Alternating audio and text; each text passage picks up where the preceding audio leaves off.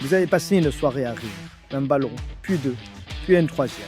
Ce petit vertige qui vous fait tout oublier. Et puis, quelques jours plus tard, vos doigts se mettent à picoter. Vos jambes deviennent un peu molles. Vous montez un escalier et vos genoux hésitent. Et là, une question vous traverse. Est-ce que c'est grave? Est-ce que c'est à cause de ce fameux gaz? Bonjour à tous, ici Rémi, de mes conseils santé. Aujourd'hui, on parle du protoxyde d'azote, le gaz hilarant, celui des cartouches argentées, celui des grosses bonbonnes colorées qu'on boit traîner après les soirs. Ce gaz, on le connaît depuis très longtemps. On l'utilise chez le dentiste, on l'utilise à l'hôpital pour calmer une douleur. Mais là, il est toujours mélangé à de l'oxygène et toujours sous surveillance. En soirée, c'est différent. Le gaz est pur, sans oxygène, et c'est là que le danger commence. Pour le moment, l'effet dure très peu. 10, 20, 30 secondes pour monter. Quelques minutes et c'est déjà fini. C'est tellement court qu'on a envie de recommencer. Encore et encore.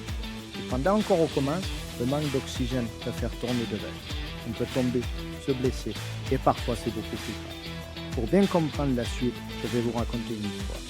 L'histoire du cambrioleur. Pas un voleur bruyant, pas quelqu'un qui défonce la porte, un cambrioleur silencieux. Il entre pendant que vous riez. Il ne casse rien, il ne laisse aucune trace visible. Mais quand il repart, il emporte quelque chose de précieux. Ce quelque chose, c'est votre vitamine B12. La vitamine B12, c'est un carburant, le carburant de vos nerfs. Elle aide à fabriquer la gaine qui protège vos nerfs. Imaginez le plastique autour d'un câble électrique. Sans cette gaine, le signal passe mal. Et c'est exactement ce que fait le propos. À chaque inhalation, il met cette vitamine hors service, discrètement, bouffée après bouffée. Alors, au début, vous ne sentez rien. Le cambrioleur travaille en silence. Puis arrivent les premiers signes, des fourmillements dans les doigts, des fourmillements dans les pieds, une sensation de coton, une démarche un peu hésitante. Et si rien ne change, les troubles de l'équilibre s'installent, les jambes flanchent. Dans les cas les plus graves, la marche devient très difficile. Et maintenant le piège, le vrai. Beaucoup de gens font une prise de sang.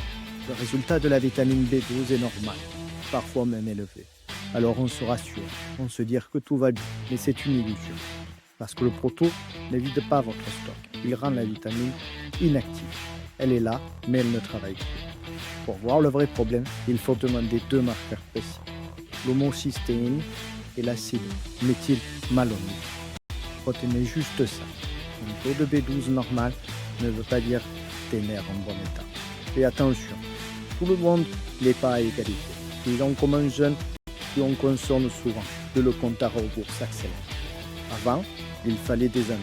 Aujourd'hui, avec les grosses bonbonnes, des cas graves arrivent en quelques semaines. Alors, qu'est-ce qu'on fait? D'abord, la seule chose qui protège vraiment vos nerfs, arrêtez. Parce que le gaz continue, rien d'autre ne fonctionne. Ensuite, consultez. Et ne pas se contenter d'un simple dosage de vitamine. Demandez les bons marqueurs. Quand c'est nécessaire, le médecin recharge la vitamine B12.